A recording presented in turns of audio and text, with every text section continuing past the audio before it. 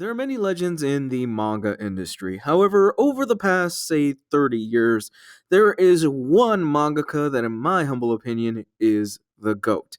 The greatest, the one that has been putting out work consistently that is fantastic. Today, I'm talking about Naoki Urasawa. From titles such as Master Keaton to my favorite manga of all time, 20th Century Boys. However, there is one book among all the rest that many Naoki Urasawa fans consider to be his best work. I'm talking about Monster. Now, I've already mentioned that 20th Century Boys is my favorite one of his mangas, however, Monster is damn well up there. Ladies, gentlemen, and others, today we are going to be taking a look at Monster.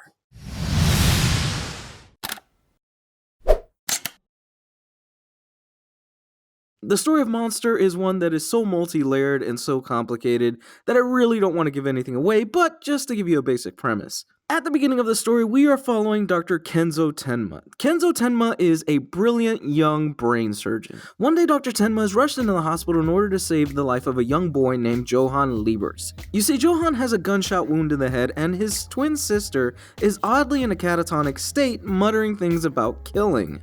Things get a bit hairy in our story, though, when the mayor is rushed into the room with severe brain damage.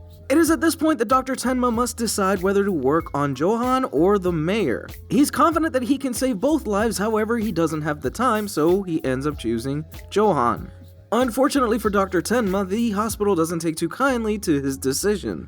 The mayor ends up dying and Tenma loses his social status in the hospital. We flash forward 9 years later and things are going okay for Dr. Tenma. However, through a series of unfortunate events, Dr. Tenma finds out that Johann Lieberts is now a serial killer. And this is the basic premise for one hell of an emotional ride. What I like so much about this story is just how well crafted and well paced it is. Urasawa is really able to take his time and build tension among the different scenes. A lot of times it really just feels like a rubber band is being stretched all the way back and then he snaps it, letting the tension loose in a pivotal moment. Furthermore, if you've read Urasawa's previous work, then you know just how damn good he is at creating a great villain. And here, I think he's got his masterpiece. At first, what starts out as a typical serial killer chaser story ends up going far, far deeper and in a far grander scale than one could even expect. Not to mention, when you find out about Johann's background and you see his upbringing and everything that happened to him, things get more interesting. What's also great about the story is just how well Urasawa is able to use side characters. There are certain characters in this story that you think at first won't play that big of a role, or they're there for a one-off appearance, and you find out later on that they have a much more prominent part in the story. Urasawa handles the art across these 18 volumes, and I have to give the man credit. I love his style. He really has a style that's unique to his own. It's more of a film type of way that he does his panels, if that makes any sense. Not only that, but Urasawa is able to give all his characters unique quirks that distinguish them, whether it's the way that a nose is built or the way that a character looks at somebody or even their weight. It's really impressive just how diverse of a good looking cast this is. So this is the part where typically I would say, hey, this is what I thought really didn't work for the story, or I thought the art kind of fumbled the ball here.